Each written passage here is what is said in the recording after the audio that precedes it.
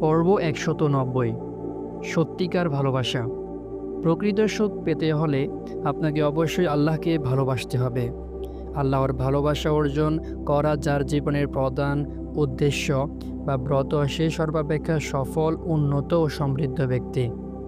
নিম্নোক্ত আয়াতে আল্লাহ এই ভালোবাসার কথা তিনি বলেন, তিনি আল্লাহ তাদেরকে ভালোবাসেন এবং ভালোবাসবেন, এবং তারাও তাকে ভালোবাসে এবং ভালোবাসবে।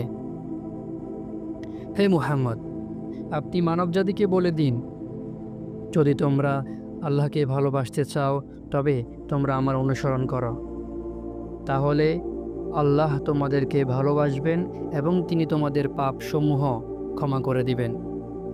সকলকে জানিয়ে দেওয়ার জন্য নবী করিম সাল্লাল্লাহু আলাইহি ওয়াসাল্লাম আলী রাদিয়াল্লাহু আনহু এর এমন একটি গুণের কথা সকলের মাঝে ঘোষণা করে দেন, যা তার মাথার মুকুট হয়ে আছে।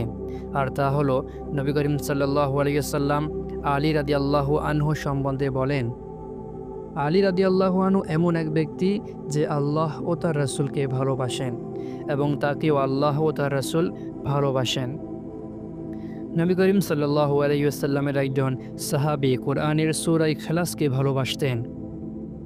হে মুহাম্মদ, আপনি মানুষদেরকে বলে দিন, তিনি আল্লাহ এক এবং অদ্বিতীয়। তিনি, ওই সাহাবী রাদিয়াল্লাহু আনহু, সালাতের প্রতি রাকাতে এই সূরা তিলাওয়াত করতেন এবং তিনি তার আত্মাকে শান্তি দেওয়ার জন্য অন্য সময়েও তিনি সর্বদা সূরা পাঠ করতেন। এই কারণে নবী করিম সাল্লাল্লাহু আলাইহি ওয়াসাল্লাম তাকে বলেছেন, এই সূরার প্রতি তোমার ভালোবাসা তোমাকে জান্নাতে প্রবেশ করাবে। আমি একজন মুসলিম পণ্ডিত ব্যক্তির জীবনীতে নিম্নোক্ত পঙ্ক্তিগুলো পেয়েছি। লায়লা ও সালমার প্রতি সৃষ্টি জগতের দিশেহারা প্রেমিকদের ভালোবাসা যখন নাকি জ্ঞান বুদ্ধিকে লোপ করে দেয়, তখন সে দিশেহারা প্রেমিকের আত্মা প্রেমের টানে ঊর্ধ্ব জগতে বিচরণ করে, সে কি করতে পারে বলে আশা করা যায়? এবং ইহুদি ও খ্রিস্টানরা বলে, আমরা আল্লাহর সন্তান ও তার প্রিয়জন।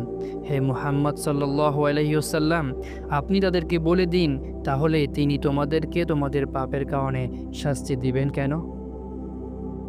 লাইলির প্রেমে মজনু শেষ হয়ে যায়, ধনসম্পদের মোহে কারুন ধ্বংস হয়ে গেছে, মর্যাদা ও ক্ষমতার মোহে ফেরাউন ধ্বংস হয়ে গেছে।